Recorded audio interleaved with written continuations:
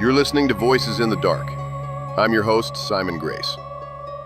Tonight's story comes from a listener named Daniel, a man who says he took a job that, on paper, shouldn't exist. He found it buried in the darker corners of the web, a listing for what was called a Post-Mortem Contractor.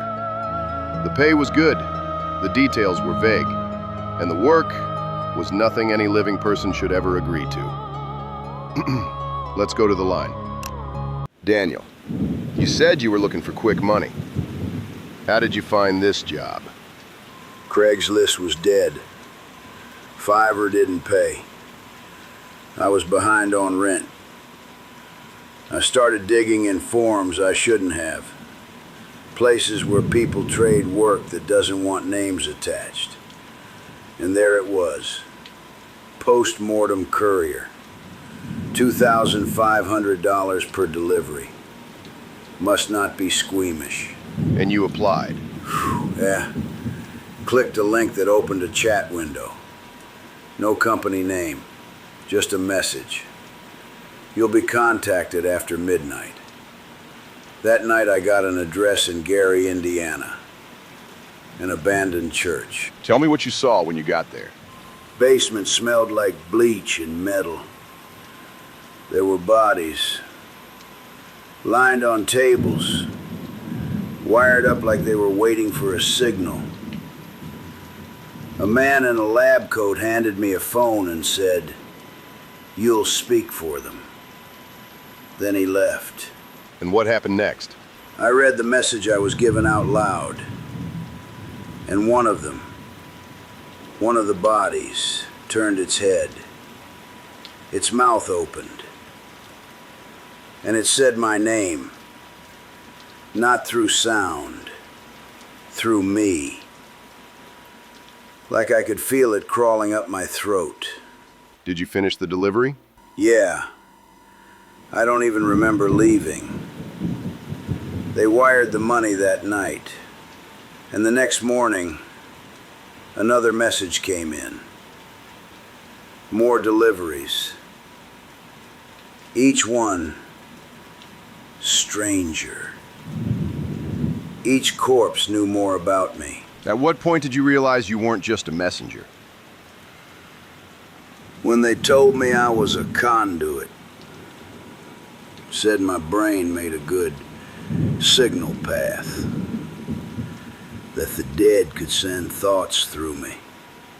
They started wiring sensors to my temples. Told me not to blink when they activated the table. The last delivery was supposed to be my biggest one.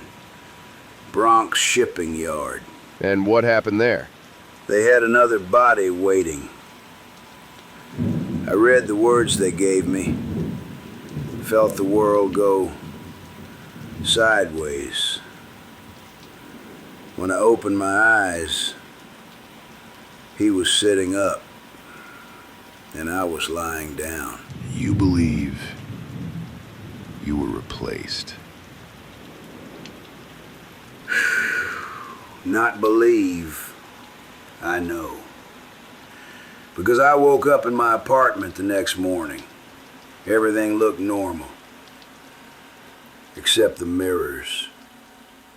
I blinked, and the reflection didn't.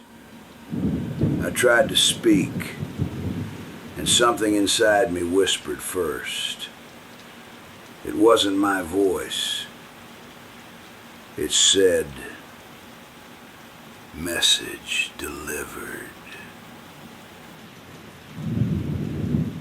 And if you're the message, what happens next? I think someone's out there walking around with my voice, my memories, doing the next delivery. When we talk about ghosts, we assume they're trapped somewhere between life and death. But maybe, sometimes, we're the ones being used to carry what's left of them. Maybe the afterlife has gone digital, and the messengers don't even know they're delivering. This was Daniel, or something wearing his name. You've been listening to Voices in the Dark. I'm Simon Grace. Sleep well, if you can. Before we close tonight, quick reminder. Voices in the Dark is a storytelling experience. The calls, the voices, the stories you hear are crafted for entertainment, atmosphere, and creative exploration. They are not real confessions, not real threats, and not real crimes.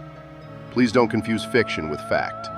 If you enjoy walking with us through the shadows, do me a favor. Hit that like button, subscribe to the channel, and share this episode with someone who's not afraid of the dark. And remember, every time you tune in, the voices only grow louder.